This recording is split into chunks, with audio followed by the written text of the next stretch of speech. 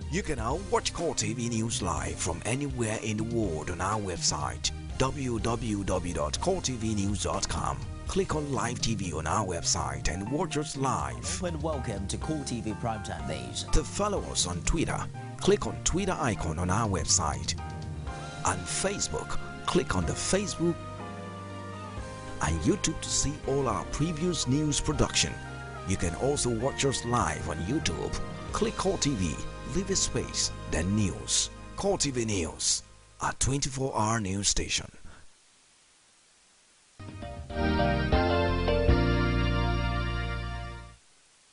I'm back. If you just tuned in, it's Core Digest, and this is where we'll bring you detailed review, in-depth analyses of stories as they break in Nigeria, especially now as we count down to the rescheduled general elections. Now, the big question on the lips of many is how prepared the Nigeria police is for this election, especially now that the role of the military is being questioned. You recall that the INEC boss says that the Nigerian military might help in one way or the other, but then the primary responsibility of policing the election day, of course, the polls activity would be that of the Nigerian police. The Inspector General of the Police, on the other hand, Sulaiman Abba, has come out to read Riot Act to all political stakeholders, especially the electorate, as regards the conduct of everyone on election day. He has threatened now to arrest and prosecute anyone who tries to disrupt the forthcoming general elections. He issued the warning in Abuja while addressing command commissioners of police on election preparation. Abba also reaffirmed the police readiness to ensure adequate security before, during, and after the election. Anyone who tries or attempts to disrupt the national elections will be arrested and will be prosecuted.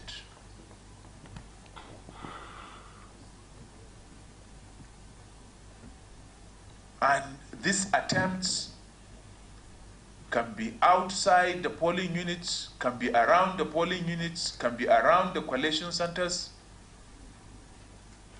can even be after the declaration of the results. Whoever wants to take the law into his own hands should have a rethink.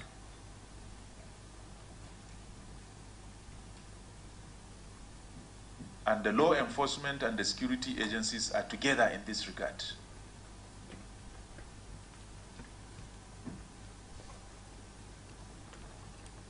If INEC makes the decision that there will be one agent for each political party at each polling unit, any other person who acts as agent is committing an offense and will arrest him.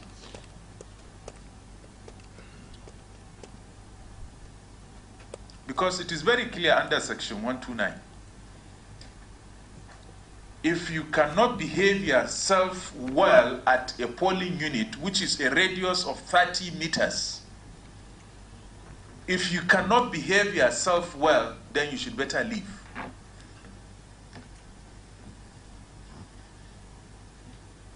If you try to intimidate anyone, it's an offense.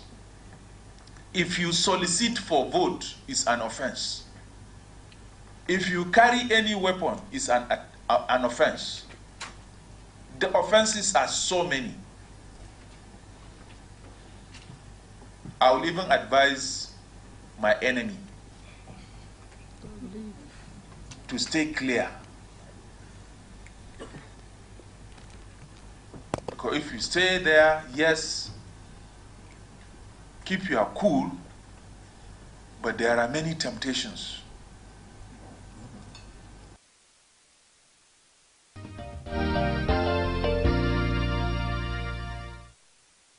Inspector General of Police there, Sulaiman Abba, reading Riot Act. It sounds more to me like, you know how we tear gas the lawmakers at the National Assembly. If we could not take nonsense from them, trust me, we won't take nonsense from anyone during election day. I'm joined now by human rights activist, as a legal practitioner, as well as President Voters Awareness Initiative, WALE OGUNADE. Good morning and thank you for finding time to join us today.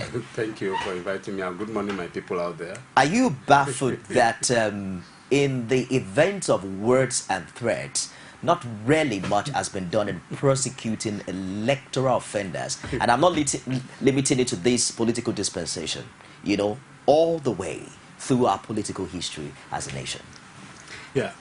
First and foremost, I want to start this way. And I want those who are watching to listen and listen very well. This is somebody who has been involved with electoral matters for more than as long as election has been in this country. And so, let's even take it that let's assume 16 years, because during the June 12th then we were there. But I was involved, and I've been involved for the past 16 years in all the elections. And I want to tell you with all sense of authority that election is a process. It's not an event. It's not a one-day thing. So where I'm going is that there will be issues that will happen before, during, and after the elections. And before what has been happening before today, that has been happening in the last few weeks. And I want to just go straight to what happened on Monday in Lagos. So if Abba comes out and is talking tough, and of course not matching word with action, the issue is that you must match word with action. People came out, that's the OPC came out on Monday. Peaceful protest, yes, but peaceful protest with guns, with machete, on broad light in Lagos, not in Arugungu, not in Jalingo, that we say is an Oscar place, not in Kebbi, not even in Otuoke, not in Oyo, not in even Kona, not in Ijebode, in broad light in Lagos, with machete, and you are telling us that you are ready? Please. By now you say, okay, we've arrested 1 or 2 people, and we want to use them as scape elephant, if not scapegoats. You see, let us see what is happening on ground for the assurances to the people that indeed you are ready to combat crime. And I've said it, I guess maybe on this platform or in channels or one other platform, that the police knows where the guns are. And we will, immediately after the Okrika incident, that they can mop up these guns before elections, so that there will be a free and fair election indeed. Not these ones that people brought out guns and nobody has said anything and nobody has been arrested. We want people to be prosecuted, or even for them to know that no, crime does not pay. But like I said last time I was here, if people who commit crime are being rewarded with national honors, with national appointments, then where are we going in this country? It's not about just talking that if my enemy is there, I will arrest him. Then the way it seems that you have already you are playing out a script. That even me now, I may be a subject of arrest, that when they see me in the polling unit, they will say, oh, that man is against us. We will arrest him. That's not it.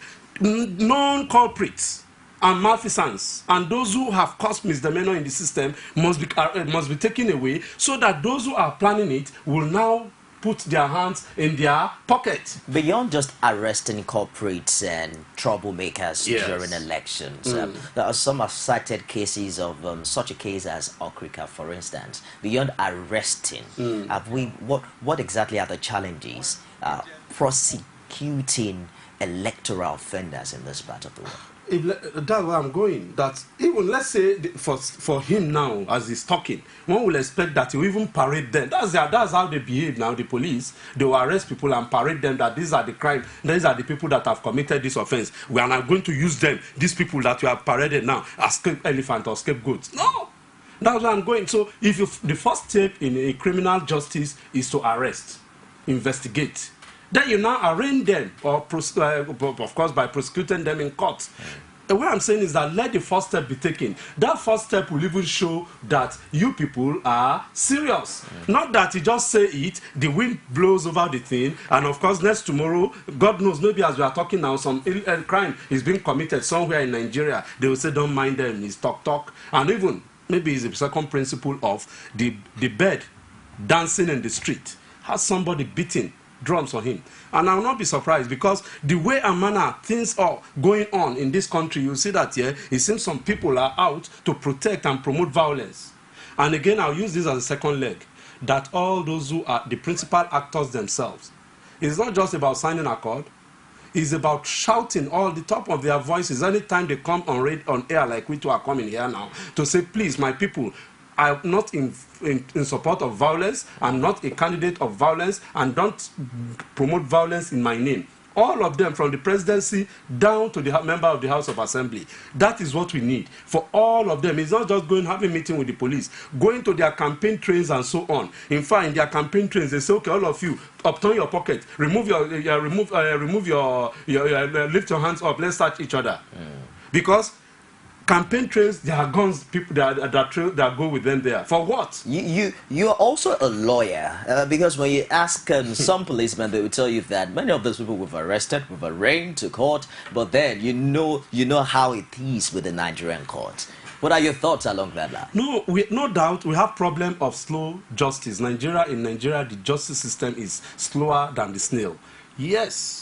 I have no problem, and that's why I've been saying it, that this is an opportunity for us to get it right in this country. Because if we don't have good laws, there's no way we can move things around. It's not for the Inspector General to come on air and be shouting on air that, yeah, if you know that once just is a police officer, even a private citizen, once he sees you with gun, he'll note you, no problem. You have where you come from. The other, they will just go and point at you that that's the man with the gun, we saw him, and of course the state will take over. It's not just there is no law that anybody can do anything. People who are known criminals, I say, are being rewarded with national honors, national office, and nobody is saying anything, and we clap or we talk, and at the end of the day the thing goes on. You take them to court. For starters, I as a lawyer, I don't have the power to prosecute. We call it the power to prosecute. Even if you have the power, the AG, that's the Attorney General of the Federation or of the state, has the power to go to court and enter what we call a nolle. Once you enter a nolle prosecute, that's all. All your effort is in vain. And that's what the late Chief Gani Fawemi fought for till he died. And unfortunately, we can't get anywhere until we make the laws better. Thank God some people are listening. At least we have gotten somewhere now, that in the new way now, in the next dispensation, definitely the office of the Attorney General will be separated from that of Minister of Justice, who is a politician. So he sees nothing wrong in anything the president does. But now, if it's separated, good. So the next step now is that the power of the nolle prosecute should be given, the power to prosecute should be given to private citizens. So that once you see somebody who has committed a malfeasance, who has done wrong, you prosecute the person, you take the person to court. Then people will sit tight. Now the International Criminal Court seems to have appeared in the picture in the moment of hate speeches and, insinuating and inspiring violence at the polls.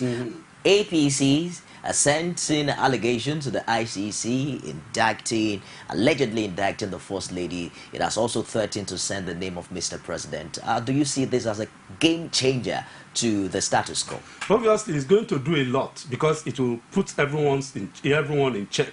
I mean, you know that well. If you think you have the power within Nigeria, there are some higher powers out there that will deal with you. And thank God, you see, God has a way of doing things. Look at the Simeone Gbagbo thing, or the Gbagbo couple now. And of course, what was happening to, what was the Kenyan president, Odinga, I guess. Those are things that are germane. It brings before that, yes, we better put our hands in our pocket. We better call ourselves to order. We better do things the way it is done all over. No doubt, I don't really like the International Criminal Court thing, because to me, let our charity begins from home. Why do we need some external forces to now deal with us? Today, I told you I was part of the civil societies that went and met, what was his name now? Charles Taylor, when the stress was brewing in Liberia then. And he was telling us that there is nothing, and he's in charge here, he's his country, and co. But he's in charge now. He too knows that, of course, he's in jail right now. So we have the opportunity to talk to each other. We have the opportunity to right each other wrong. Those who are in authority, and some people are giving them wrong advice against all known nature and natural laws. They should just know that when the die is cast, they will be the one that will suffer alone. Simeone now is in jail, but she didn't really do much. She was advised to give instructions, and here we are today. And I guess that this is a big opportunity particularly this question you asked, and I'm sure they are listening. The NHRC boss has been moving around the country. Odikalu has been speaking with political stakeholders and, ensuring that they do everything right at this time. But then, given the instances we've had in the past, many are questioning how come we have security agencies who only back but cannot bite. We've heard politicians outrightly make inciting statements. Would you say that it is a challenge of the system in such a way where the agency might not really be able to do anything at this time for the fear of not being tagged partisan? There's nothing partisan about it. These are institutions, and that's why we are going. That indeed we must have strong institutions in this country, who are institutions that do not respect or do not cow to, or are not intimidated by personalities and positions. By virtue of the Police Act, Section 4, it gives the power to the police to investigate anybody. And the word is anybody. So anybody who is a criminal or has committed a criminal act is subject to being investigated by the police. Not that because the person is a big man, or is a small man. And that's why if you look at the sign of the law, you will see a woman holding a scale and a sword, and she's blindfolded, because the law is is no respecter of persons. That's what that thing depicts. And it means that if the police, as a handmaid of the law, is to ensure that law and justice prevail, it must carry out its duty without fear or favor. So if there is fear and there is favor, then this is what we'll be seeing. We'll see a perverse system, a perverse society, where people will be doing things wrongly, and of course nobody will say anything. And those who try to say anything, I thank the engineer there. That's the sign, that's the scale there, and that's the sword. If you do something, we'll put it in a scale. If you do right, he will say, okay, you have done right. You have done wrong, the sword is there for you, and the woman's eyes is blinded. Simple, no wahala. Well, does that picture truly predict the That's why we are going. We are not having it in Nigeria, because people have turned it. In fact, I'm sure if we want to do a caricature of it, they will remove the scale or the blind of the woman that you see. Oh, you are my friend, I won't do anything. Oh, you are my enemy, I will deal with you. In fact, she will quickly pierce the sword on the person, and even throw the scale away. That no, there is no need of scaling. Barrister, let's quickly consider the content of all of these allegations, because many have also said that probably the APC has taken it too far to drag President Jonathan before ICC, saying that Lagos armed groups protest was dress rehearsal for violence. Is there any legal match between that protest and the PDP, or Mr. President? No. You see, we have the principle, the issue of vicarious liability in law. Right? If anything is done in your name, well, I would have expected that as soon as that protest was going on, or immediately it went off, the president should issue a statement. But that protest wasn't done in anyone's name. Now, they called it Concerned Nigeria. Concerned Nigeria, and I say they don't want Jaga there, right? And that they are protesting against the way, the man, and the conduct of elections and so on. First and foremost, it is assumed that yes, it is the presidency that stimulated that protest, because there was that it was after Gani Adams or the OPC got a whopping a multi-billion dollar naira contract that they now came out just to show appreciation also. But that's not the main issue. Is that the president should have come out, the presidency should have come out to denounce that protest. That no, I saw the Lagos PDP doing that, but it will be more huge if the presidency have come out to denounce their actions. That is one. I'm not even surprised. I'm not even perturbed with the OPC people. Okay. Mine is that that of the Masop people. I learned that they are fighting, that they are no more Nigerians, that they are Biafrans, that they want a state of their own. They're waiting concern them with the elections in Nigeria, that they are saying that Jaga must be removed. But again, be that as it may, you see, let us place things in this proper perspective. And that's what I said earlier on. If somebody is doing something wrong and nobody is talking, then definitely you are encouraging it. Let's also consider some other developing issues. Recently, Mr. President met with security chiefs and, of course, the INEC chairman. And the opposition was of the opinion that because Mr. President is also in this competition, in this political competition, that he has no right to call on the INEC boss. What's your legal interpretation of this? Obviously, you see, This is a political era now. It is not time of government. So anything that anybody in government wants to do, particularly the president, who is a candidate, definitely it should have been a stakeholders meeting. That all the political stakeholders will be involved, the political parties, the service chief, INEC, civil societies will be there so that, yes, whatever is done in the open, we know. To us, it's one-sided, but that's not my problem. You see, I was involved because the other day we had I first trained and I was involved with the International Foundation for Election Systems. And in the training, we look at state actors. And using state actors means those who occupy state government offices. Yeah. And they are now, if they are candidates, obviously, all state apparatus will be used in their favor, to the disadvantage of their co-contenders who are not in authority. And of course, it is giving them serious advantage. And to that, I wish maybe the candidate of UDP or National Conscience Party 2 will have the authority to call Jega and the service chief to a meeting.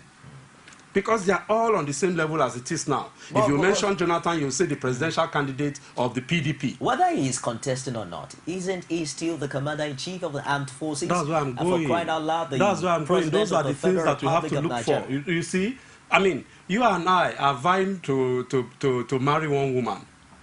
And you come today, Jeep, tomorrow, SUV, next tomorrow, you come with one hot perfume. And me, I just come in smelling with my leg, and of course, I'm already my shoe, Papa. I had to clean it, and you saw that this man, the shoe has bent. Is there an advantage? Is there even competition for the mind of the girl? Let me quickly open the phone line right now and find out what the pulse of the viewers are on the show this morning. Hello, good morning. Morning. Can you turn down the volume of your TV set for me? Yeah, please. My name is Jamil. I'm calling from Kano. What's your name again? My name is Jamil. I'm calling from Kano. All right, please go ahead with your contribution. Jamil. Yeah, Jamil, please go ahead. All right. Mr. Femi, thank you for the program. Well done. All right. I say thank you for the program that you've been doing. All right. I appreciate it. You're welcome. I also want to thank the man there. I'm afraid you have to turn down the volume of your TV set so that we can accommodate this call. And when you call back and therefore that your TV set is turned down, so we can't wait for you to actually listen to yourself, okay? I'm too much in a haste to allow that. But when you call in, please turn down the volume of your TV set so that we can get you very clearly. Look at this headline. Abuja firm yet to print 500,000 PVCs for INEC. I read a lawyer yesterday who says that the fact that certain PVCs are yet to be printed and yet to be produced by INEC is enough to nullify these elections. What are your thoughts along that line? Everyone has his own thoughts. The courts are open. Let them go there and canvass. It is when you canvass your view that the judge opposes it, that it becomes a legal opinion, that it becomes law. All these people, that's why what I'm saying some few minutes ago, everybody has the right, you can say anything you want to say. But I want to assure you that this is not the first election in Nigeria. And this is not the first election that many people did not register. Many people may not even want to vote. So all these things, I'm one of those that are involved in monitoring the collection of PVC in Lagos. And I know that we go around and we see tons but not a huge number of PVCs that are there and they are not collected. And we've been going around, come and collect your PVC. Come and collect your PVC. People are not coming. So whose fault? So if there are some that are not yet printed, obviously the Jaga has informed us that before election day, those ones will be done. If it's not done now, let's assume, do these people have the legal right to topple? Of course, they have the right. Let them go. They will go to court and ask the court that either they stop the election or nullify the election. And you trust the court, Sabi? Of course, now. Not to give the judgment before March 28. Let me just tell people for the purposes of educating people that you see. It is not all things that you go to court and court allows you. Because there are some things that you call in public policy. Okay. in the interest of the public. I don't see any judge that is going to stop the elections. I don't see any judge that is going to do it. I'm saying it with all sense of authority. I don't see any judge that is going to... everything has been put on ground. I don't see any judge that is going to stop the elections. Let's get to the phone line. Hello, good morning. Morning. What's your name and where you calling from? It's still Jamil from Kano. All right, Jamil. I hope your TV is turned down now. Go ahead with your contribution, please. All right. Please, I want to talk about the issue of rioting, people rioting, carrying guns and machetes and all other things, which this brother talked about, and which is almost all over in the newspapers and news. I think the federal government and the police should act first on those things, on those people that are rioting, carrying guns and other things. That is a wrong signal for our election. It's wrong signal. It's a wrong signal. They should have take action on those people that protest and they understand. Law, at least, should have taken, and at least we saw army following them when they are on that protest. So all those kind of things. You see, even we cannot hear. We've never known anything about Boko Haram till when that we oil subsidies removal. That riot, that protest of oil subsidy is the first thing. That very day that people come out for that protest. The first very day, Boko Haram attacked Kano. You understand? So allowing that kind of protest to go without anything, at least to increase the tension. You understand? The police and the army should take action on those people that are coming out openly in the daylight with guns and machetes. Then they will go out after they have left, maybe with 3 days or 1 week. Then now police will be saying that they will take action. Why you didn't take action on those people that people see? That's all right. Thank you very much, Jami, for your contribution from Kano. We have to wrap up this segment now. I want us to quickly touch on the role of the judiciary at this very sensitive time. Of course, the Federal High Court in Abuja has declared Gambo Lawan as the duly elected governorship candidate of the PDP. That's another game changer. There's several of such cases in courts. Do you see any of these impact or affect the sacrosanct of the March 28 and April 11 elections? And that's what I just told you. I don't think there's any judge that is going to give an order that the election should not hold, because there will be constitutional crisis. If the elections do not hold on the 28th of March and the 11th of April, then I don't see how we're going to have a new government in either or the old continuing or the new one coming in May on the 28th day of May, on the 28th day of May, 29th day of May, because all of them swore to a 4-year term, especially except those who had a staggered election, that their tenure will be 4 years and is going to end on the 28th day of May 2015. So new people will come in on the 29th. So if any election is shifted, I don't see how there won't be any crisis. And I don't think the judiciary has enough crisis on its hand than to now plunge the country into another crisis that is constitutional and that may lead to a whole lot of things that nobody can predict. And that's why I say no judge will give such an order or make such an order. Thank you very much for joining us today. I've been speaking with human rights activist, legal practitioner. He's also president of Voters Awareness Initiative. WALE OGUNADE, thank you very much for finding time to join us today. To God be the glory. We'll take a short break now and we'll be back with more. Stay with us, don't go away.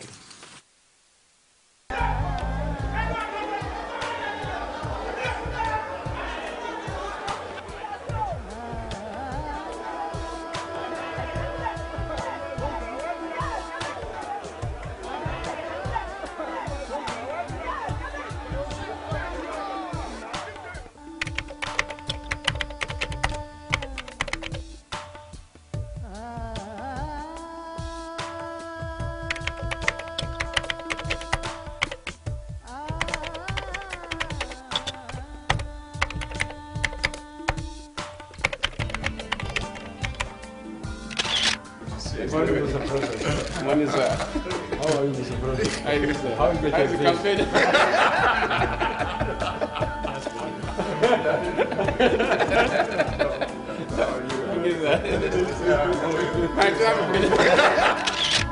We must learn to live together as brothers or perish together as fools. Martin Luther King, Jr.